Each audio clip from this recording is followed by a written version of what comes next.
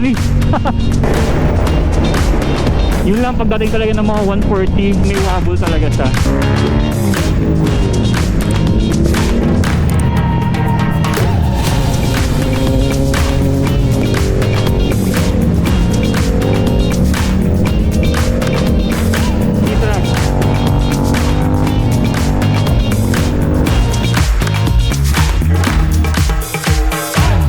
Happy ka na, happy ka na. Happy na ako, Dok, sobra.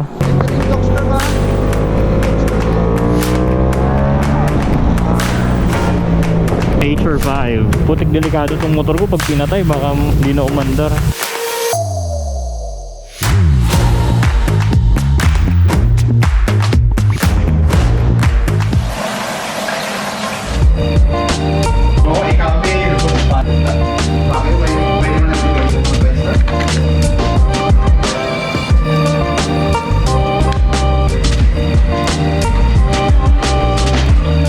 Alright guys, good morning guys. So andito tayo ngayon sa Kalibo na naman. So mag-ride tayo ngayon. And actually, kahapon pa tayo dito ng hapon pumunta dito. For the longest time, makabalik ulit tayo ng Buruanga. And na-excite ako na subukan ngayon yung bagong, actually hindi siya bago. Binalik namin sa dating setup yung handlebar ko. So malalaman natin ngayon yan kung kamusta yung pakiramdam. So antayin natin yung iba nating kasama para sa ride natin ngayon. So andito yung mga MTs natin. Itong 2021 MT-07, 2021 MT, o let's say na lang Gen 3, MT-07, Gen 3, MT-09, Gen 2, MT-07. Yung MT-07 natin, so warm up muna natin yung motor.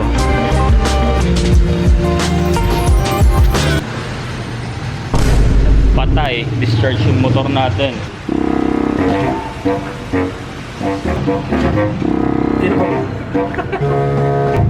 Kumain dyan.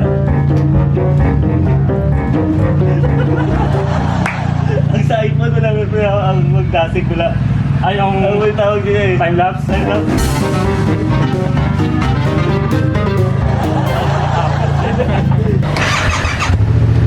Yun o. Ayos. Buti na lang dyan si Idol. Idol Crazy.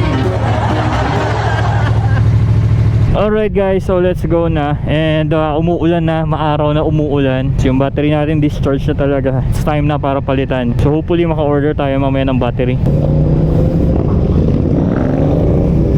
So papagas muna tayo guys. Wala na akong gas. So yun ang sinasabi ko kanina, bumalik na tayo sa stock na handlebar natin ngayon. So medyo upright na yung position ko ngayon. Try natin i-track yung gastos natin sa gas pag nag-ride ang big bike. Full tank tayo. Putik delikado tong motor ko, pag pinatay baka hindi na umandar. Oh no, full tank special. 800 na lang siguro kung kasya pa. 800, kaya ba? Sobra yata, ano hindi. 20 na lang. Ah puta, wigit, ayaw na mag-start. Magdigandar pala MT-09 na. Piyo na bukas. Ano bakit ganun? Grabe, ba't di kayo nag-start kanina? Nakakaba naman tong motor ko. Tapos sana mag-reply si Kenneth kasi saan niya ako makakabili ng battery para pagbalik ko mamaya papalitan natin ng bago. Napapagastos ako ha. Ganun talaga pag nagka-motor guys. Yung akala mo mas makakatipid ka, yung pala hindi. So by the way guys, ayun nga, nagpagas tayo 1K ngayon. So dito na yung nag-start sa Kalibo. So tingnan natin kung magkano yung mga gastos natin sa gas. Lagay natin to sa 0 pala. Yan, 310 para matrack natin kung ilang kilometers tatakbuhin natin from here.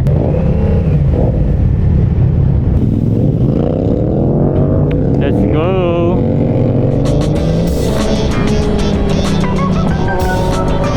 So mga 6 riders tayo ngayon guys. 6, 3, 4, 6, 7 yata tayong motor ngayon.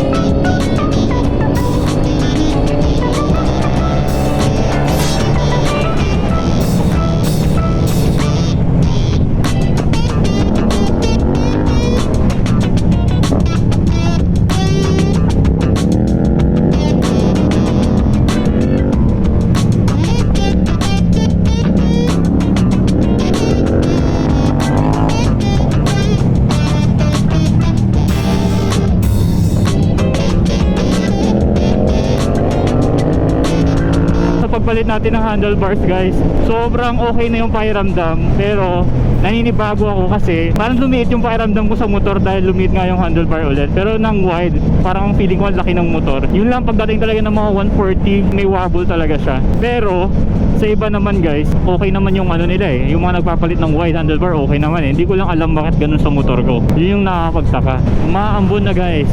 Rainy ride na naman tayo. So we're back, Hawili. Kamusta Hawili? Gusto ko talaga yung pumapasok dito lagi eh. Nature vibe. Ito lang talaga yung maganda sa probinsya pag nag-ride ka sa probinsya guys, no? Yung mga ganitong riding. Oh shit, basa na yung pinag-ridean natin dito guys. Pero okay pa naman yan. Rideable. Hanggat mainit pa yung tire, pwede pa yan. Pero eto na siya. Malakas na. Nag-hang yung camera ko. Tagal din nagamit eh. Ba't basa? Oy, andito na kayo. Pwede pasabay sa ride nyo. Pasabay po kami. Libre ni Carlo kayo ng lunch. Okay na. Okay na pala. Una kami, scooter kami. Summer nights, watch them go by as we fight off the cold. Holding you tight, you know just what I'm thinking. I don't want this moment to go. No, I don't want this moment to go. Let's lose track of Tutas na ito ha. Stay for a little longer while I hold your time away. So just rest your head upon my shoulder. Nothing away. It's colder but the Alright, so andito na tayo sa bayan ng Ibahay guys. And basa pa rin yung kalsada dito. Feeling ko dito na una yung dito na una yung pag-ulan. Dati, nang nag-ride ako, nung mga bago pala ako nag-ride, sobrang layo ng lugar na to para sa akin. As in, ngayon pag nakarating ka dito parang sobrang saglit lang. So from Shell kanina, pinagasan natin, nakakatakbo na tayo ng 31 kilometers. Grabe, sobrang nagpapag yung bundok doon. And doon tayo pupunta na lugar. Sana tuyo naman. Sobrang takay ko na hindi nakakabalik dito. Sana makapag-enjoy naman tayo kahit pa paano. Kasi sobrang okay na din yung pakiramdam ko sa handlebar ko. Feeling ko hindi na siya magwahabol. Hindi ko lang mag-gets bakit naging ganun ka-sensitive yung handlebar ko after palitan ng wide. Parang napaka-weird talaga.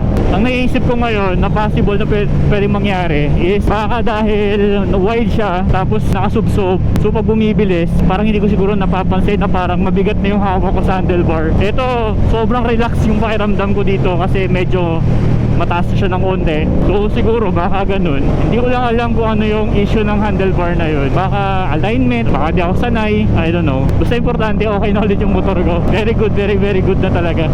Clear, clear.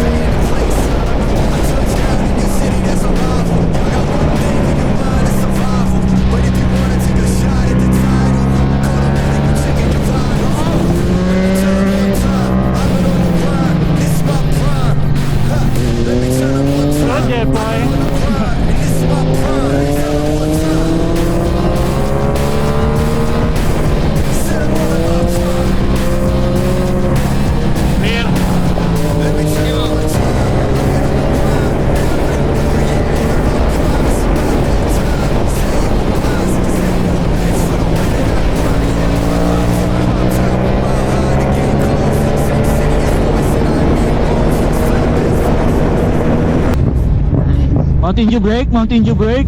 Mountain Dew break. Kasin mo to, pre? Ha? Kasin mo to. Nakalimutan mo na yung pinsan mo. Suabe. I love it. I'm back.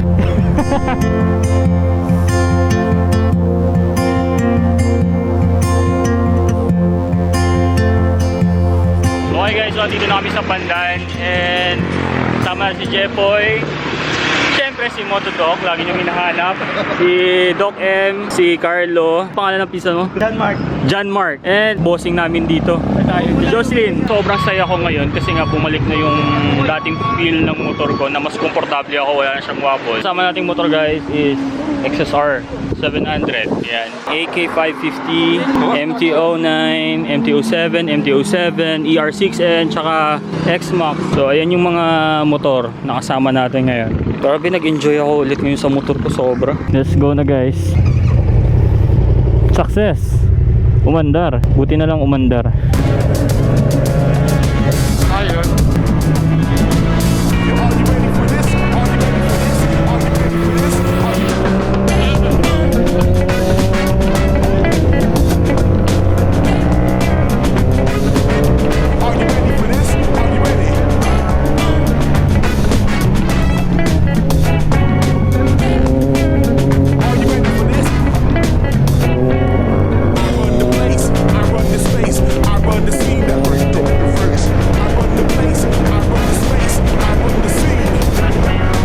Napagod na si Jepoy.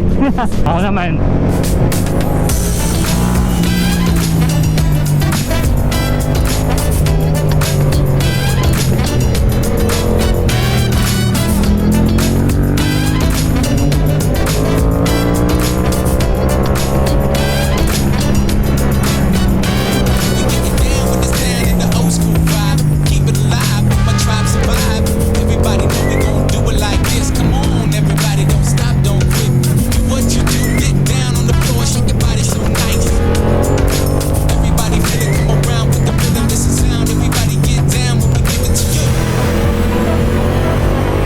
Sarap, puting ina.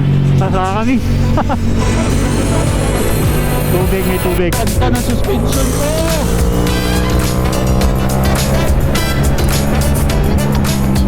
Bakit naman? Suabe, suabe.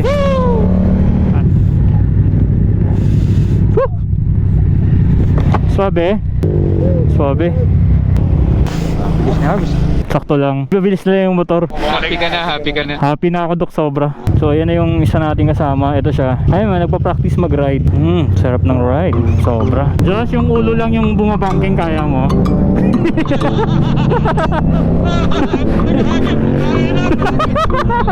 Yung ulo lang, ulo lang, ulo lang. Na.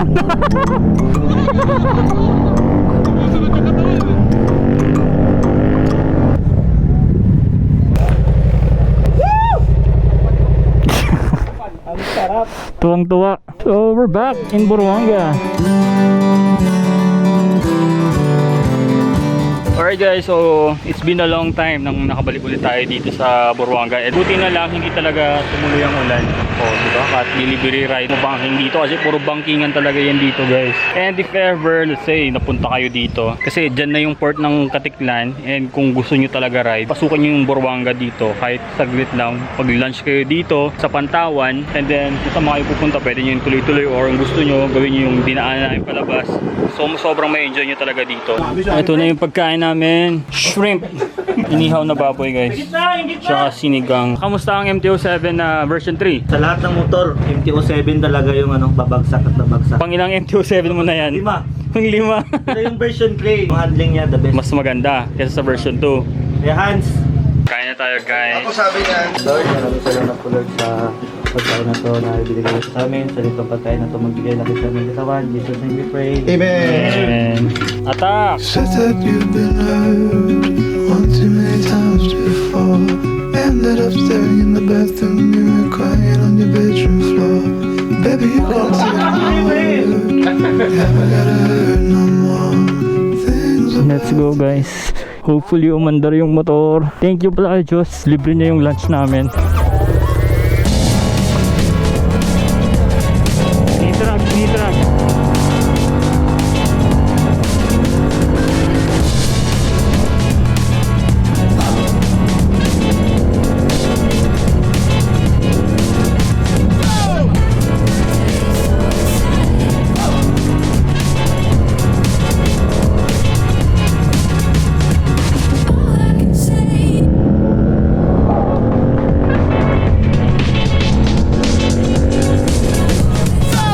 Malay na tayo guys.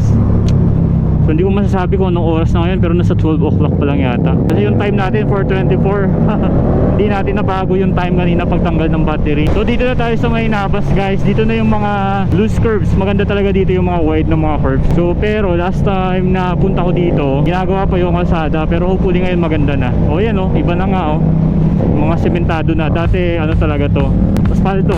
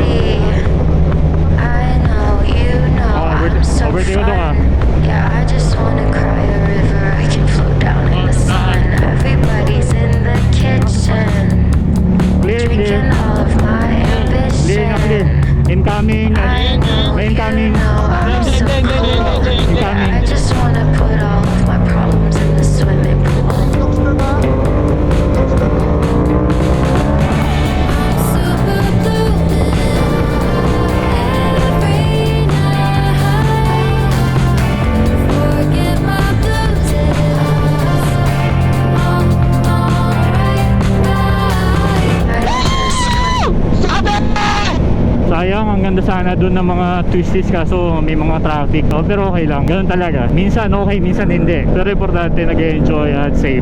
Yan yung pinaka-importante lahat doon. Nakaka 117 kilometers na tayo. Sobrang konti pa lang ng ride, no? Pero punong-puno kasi talaga ng mga twisties dito sa Aklan. Siyempre, kapag galing pa ako ng Rojas, plus 80 kilometers, mga 80 plus. At dahil doon tayo natulog ngayon sa Kalibo, so kaya medyo kaunti lang yung ride natin. Buti na nakapag-upload na naman tayo ngayon. Sobrang tagal na talaga. Sobrang tagal ko na talaga mag-upload. Sobrang napaka-busy na. Carl, ang gulong mo umiikot. Bakit umiikot? Tigil mo. Ha? Tigil mo. No! I'm sorry.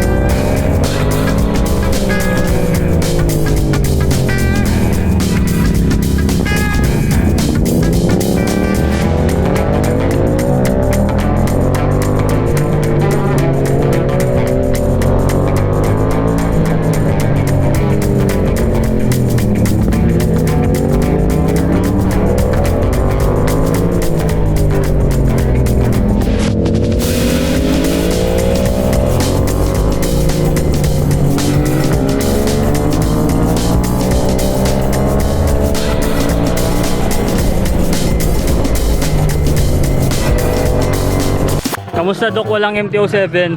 Ito, X-Max, X-Max. Sana Teneri pala. Nakaibin siya. That's how you try to make a person buy a motorcycle. Lend him a motorcycle. Yes, Ay! correct. So yung laging in-order natin dito is yung Ice Choco. Ice Choco, bro. Ice Choco. Ay, hot na lang. Hot Choco kasi umuulan. You and I, heads up in the clouds. We're caught up with the birds flying south.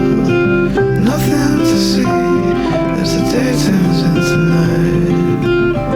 We've got time to waste, let's waste it right. So now, nakaka 146 kilometers na tayo, guys. Medyo nagdi-drizzle. Grabe yung tunog nito ng AK 550. Ang ganda, oh. Sakto yung alis, mulan. Hindi tayo. Kahit gusto ko nito po.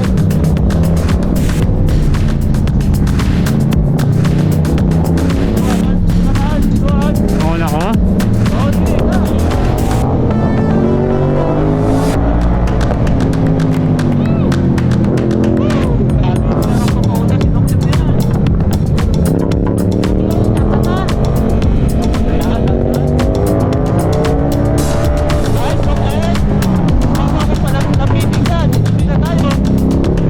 Patapos na? Boring. Boring. Anong dinamit natin ko? Ha? Alam ko, dinamit tayo. Hindi kita naintindihan. Call me.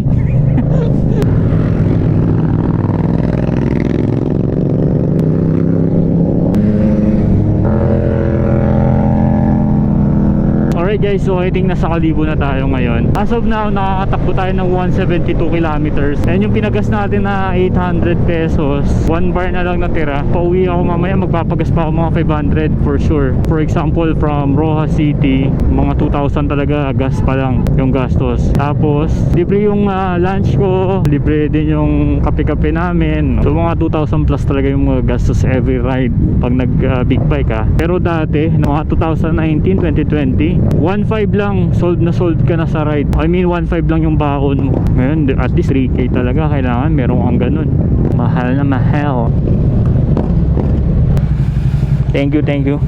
Alright guys, so pabalik na ako ng Rojas and kasama ko si Jepoy yung pabalik ng Rojas. Actually tapas siya, pero dito ko na tatapusin yung video ko dahil parang uulan na. And shoutout to Denzel. Ayan, sasamahan niya kami palabas dito ng Kalibo. Let's go!